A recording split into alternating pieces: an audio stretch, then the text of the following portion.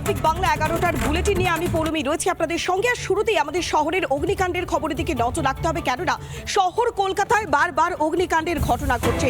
আর এবার উল্টোডাঙ্গার যে rail colony, সেই রেল কলোনির কাছে অগ্নিকাণ্ডের ঘটনা। আর এই ঘটনাকে কেন্দ্র করে রীতিমতো শোরগোল পড়ে গিয়েছে, কেননা যে বাসিন্দারা তারা আতঙ্কের মধ্যে রয়েছেন। তাদের আসবাবপত্র, অন্যান্য সমস্ত জিনিসপত্র একেবারে পুড়ে ছাই হয়ে গিয়েছে। যে পরিস্থিতি তৈরি হয়ে গিয়েছে গোটা উল্টোডাঙ্গাতে, কেননা যে রেল বস্তির কাছে অগ্নিকাণ্ডের ঘটনা। বারবার শহর কলকাতার বুকে অগ্নিকাণ্ডের ঘটনা ইতিমধ্যেই চাঞ্চল্য সৃষ্টি হয়েছে। শহর কলকাতার বুকে বারবার অগ্নিকাণ্ডের ঘটনা। আর এবার উল্টোডাঙ্গার কাছে যে রেল লাইন, সেই রেল লাইনের কাছেই এবার অগ্নিকাণ্ডের ঘটনা। অগ্নিকাণ্ডের ঘটনাকে কেন্দ্র করে বারবার চাঞ্চল্য সৃষ্টি হচ্ছে। আর এখনো পর্যন্ত স্থানীয় বাসিন্দারা তারা আতঙ্কে রয়েছে। ঠিক কোথায় যাবেন এবং তারা পরবর্তী ক্ষেত্রে কিভাবে দিন গুজরান করবেন তা নিয়ে এখনো পর্যন্ত সন্দিহান রয়েছেন প্রত্যেকেই। উল্টোডাঙ্গায় রেল লাইনের পাশে ঝুপড়িতে আগুন, ঘটনাস্থলে দমকলের 6টি ইঞ্জিন। সকাল ঠিক 6:30 নাগাদ আগুন লাগে বলে অনুমান। ঘিঞ্জি এলাকায় আগুন লাগায় আতঙ্ক সৃষ্টি হয়েছে। ঘটনাস্থলে যান দমকল মন্ত্রী সুজিত বসু এবং বিধায়ক সুপ্তি পাণ্ডে। ফের শহর কলকাতার বুকে অগ্নিকাণ্ডের ঘটনা। উল্টোডাঙ্গায় রেল লাইনের পাশে ঝুপড়িতে আগুন, ঘটনাস্থলে দমকলের 6টি ইঞ্জিন। সকাল 6:30 নাগাদ আগুন লাগে বলে অনুমান।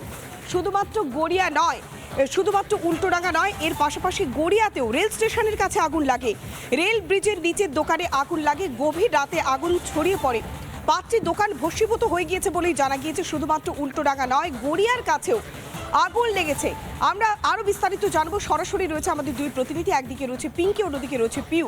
প্রথমেই আমরা একটু নজর রাখবো গড়িয়ার দিকে, সেখান থেকে রয়েছে আমাদের প্রতিনিধি পিঙ্কি। পিঙ্কি, গড়িয়াতে এখন কি পরিস্থিতি?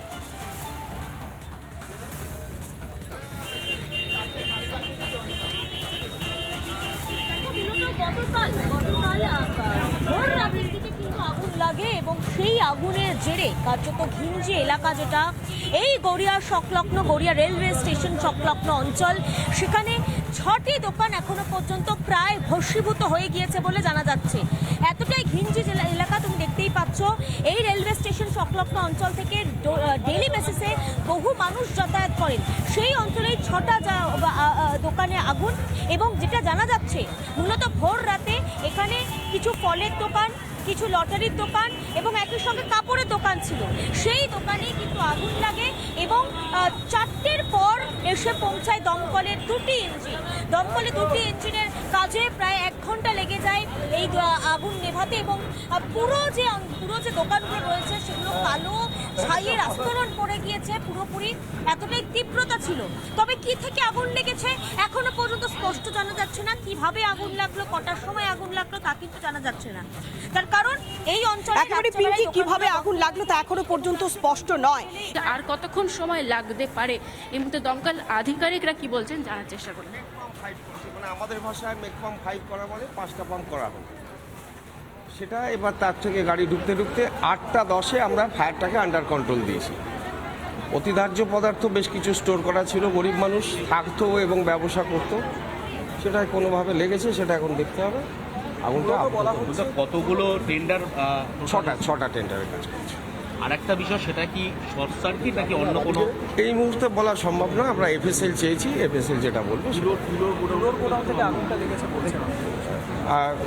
তুলো নয়, এটা গদি, জাজিম ইত্যাদি তৈরি করে। বিয়ের সিজন আছে, অনেক জাজিমের জিনিসপত্র ছিল এবং সেটা কি এই মুহূর্তে বলাটা সঠিক হবে না। এটা এফএসএল হলে পরিষ্কার বলা যাবে।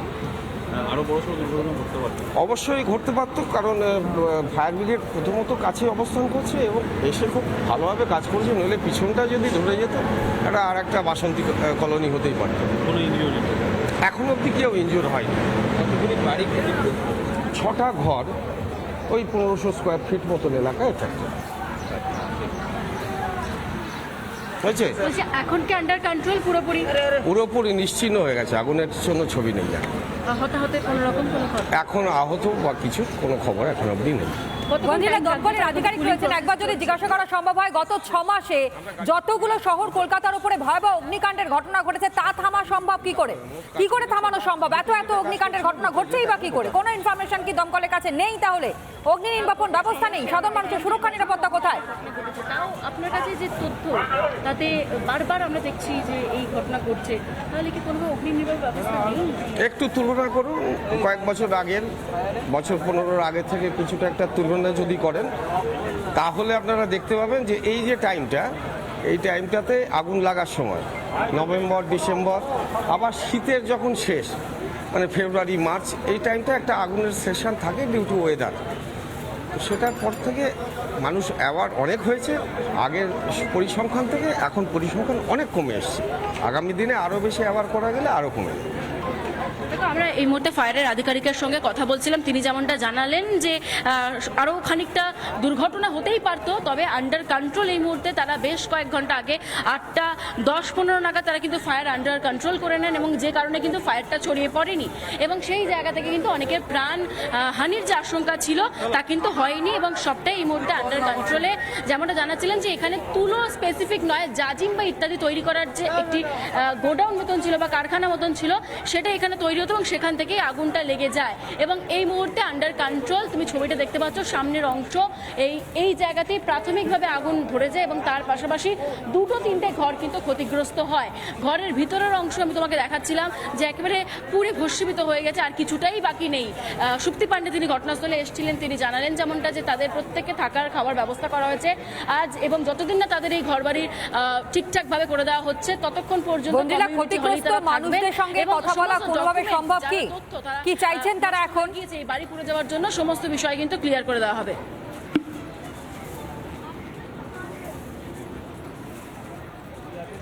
একদমই, দেখো, সকাল থেকে আমরা কথা বলছিলাম, তারা একটাই জিনিস পরিষ্কার করছেন যে যেহেতু তাদের এই মুহূর্তে বাড়ি ঘরদরের এই অবস্থা, তারা এই মুহূর্তে তো অবশ্যই ত্রাণ চাইছেন। এই মুহূর্তে আমি তাদের সঙ্গে কথা বলি। দিদি, এখানে যে বাড়ি ঘরদর ক্ষতি হলো, আপনারা কি চাইছেন এই মুহূর্তে? আমি বলতে পারবো না ভাই।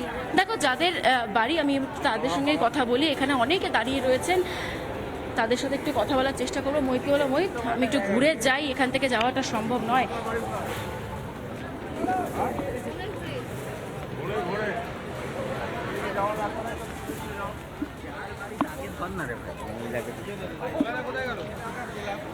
আমি আরো একবার একটু দমকল আধিকারিকের কাছে যাই। স্যার, আমরা দেখতে পাচ্ছি বারবার আগুন লাগছে। কিছুদিন আগে অ্যাক্রোপলিস মলে আগুন লাগলো, আপনি নিজেও ছিলেন যখন নিমতলা ঘাটের পাশে আগুনটা লেগেছিল। এই তো আমার হাতের অবস্থা দেখুন। বারবার এই ঘটনা তাহলে কেন ঘটছে? কোথাও গিয়ে কি কোনো নজরদারির অভাব হচ্ছে? আপনি সিজনের কথা বলছেন, আমি সারা বছরের হিসেবের কথা বলছি।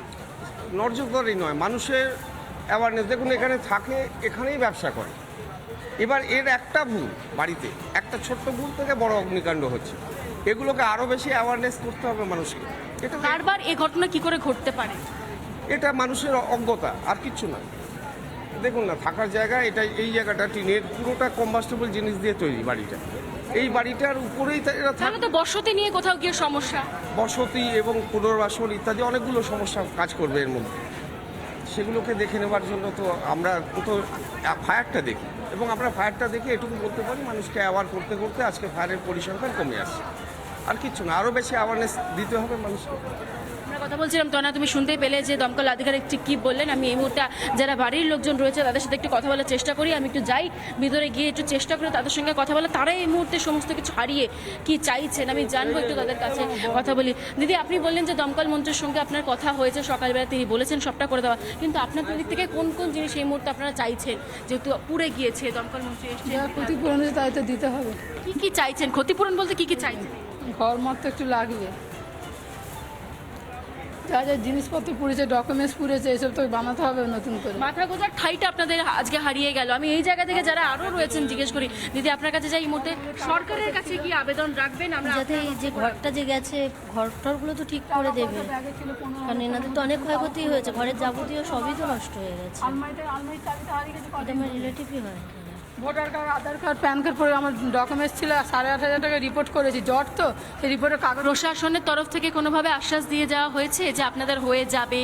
না, এসব এখন কিছু বলেনি, কোনো আশ্বাস দেওয়া হয়নি প্রশাসনের তরফ থেকে? এখন কিছু বলেনি তো। মন্ত্রী গিয়েছেন ঘটনাস্থলে, বিধায়ক বুঝতেই পারছো গিয়েছেন, তুমি, তাদের তারা সঙ্গে সরাসরি জানাচ্ছেন কথা যে বলেছেন তারা? প্রশাসনের তরফ থেকে কিন্তু সেভাবে আশ্বাস দেওয়া হয়নি যে তাদের সমস্ত কাজ হয়ে যাবে। বেশ, তুমি নজর দেখো, রাখো আমি এই অঞ্জলা, মুহূর্তে প্রত্যেকটা ঠিক মুহূর্তে সেই ছবিগুলো আপনাদের সামনে আমরা তুলে ধরছি।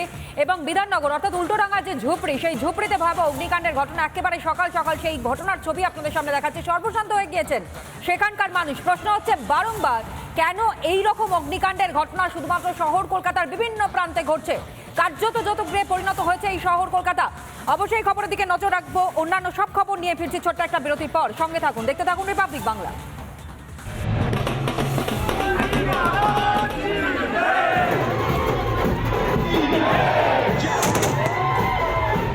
ये कांग्रेस और इंडी गठबंधन के उस पूरे इकोसिस्टम की सोच पर करारा प्रहार है। सिर्फ एक परिवार के ही लोगों को कांग्रेस चलाने का हक है। किसी भी समर्पित कांग्रेस कार्यकर्ता के लिए वहां काम करना मुश्किल हो गया है।